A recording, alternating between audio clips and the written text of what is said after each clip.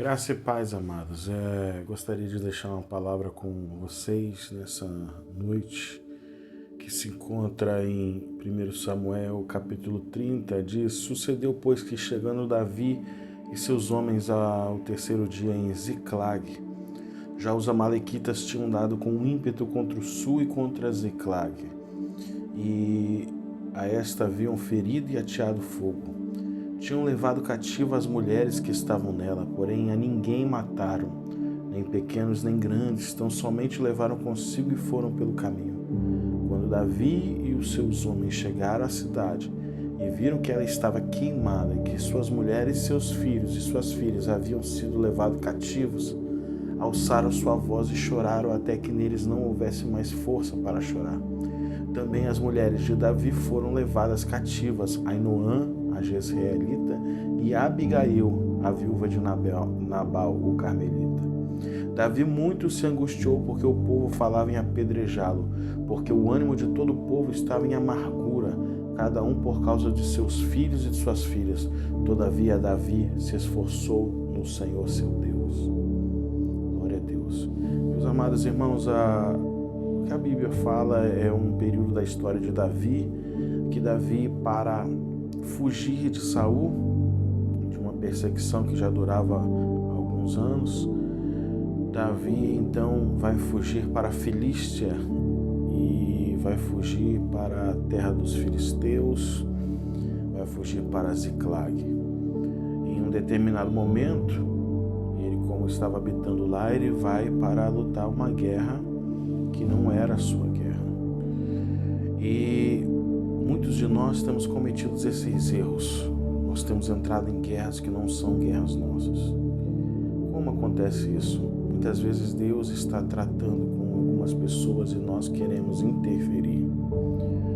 A outra modo de entrarmos em guerras que não são nossas é quando Deus tem alertado pessoas, tem chamado pessoas para conserto com Ele, para se endireitarem seus caminhos, e por não obedecerem à voz do Senhor, essas pessoas começam a padecer, e nós, por piedade, nós começamos então a querer entrar na frente de Deus e tratar dessas pessoas. Então nós entramos em guerras que não são as guerras que nós devemos lutar. Só que quando Davi faz isso, ele volta. As suas mulheres e os seus filhos e filhas haviam sido tomados. Então era a hora agora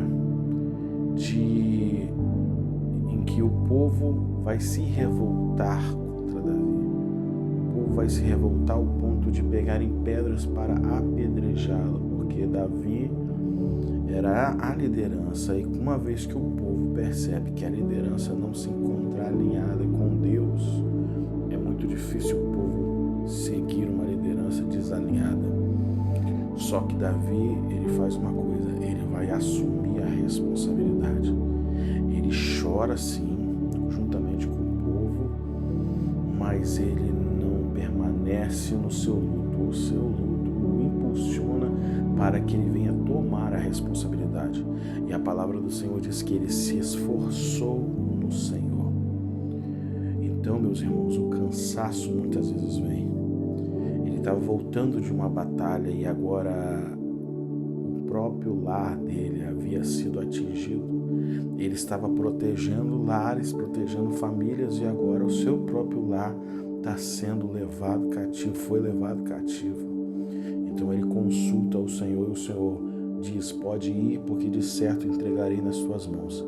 Davi então ajunta 600 homens que com ele desceram para a Filístia, e desses 600 homens, 200 param para trás por causa do cansaço. Mas Davi, com 400 homens, ele dá sobre os homens que roubaram a sua família e recupera de volta, porque o Senhor era com ele. É tempo de nós irmos ao terreno do inimigo, resgatarmos aquilo que Satanás levou de nós. Talvez Satanás levou a paz, talvez Satanás levou a falta de confiança, talvez Satanás levou o respeito, a honra entre os casais, entre os filhos, mas o Senhor hoje nos convida a nós tomarmos a responsabilidade, porque a responsabilidade que temos nós sobre os nossos filhos é nossa, sobre as nossas esposas é dos homens, dos sacerdotes do lar. Então não é hora de ficarmos chorando, não é hora nem mesmo de pararmos no meio do caminho, é hora de assumirmos a responsabilidade e partirmos para o campo do adversário, resgatar aquilo que é nosso por herança, por direito, e que Deus nos dê essa capacidade de ir lutando guerras que muitas vezes não são nossas, lutando batalhas, ajudando pessoas. Não venhamos a nos esquecer do nosso próprio lar, não venhamos a nos esquecer daqueles que Deus colocou próximo de nós, que são o nosso primeiro ministério, que são nossas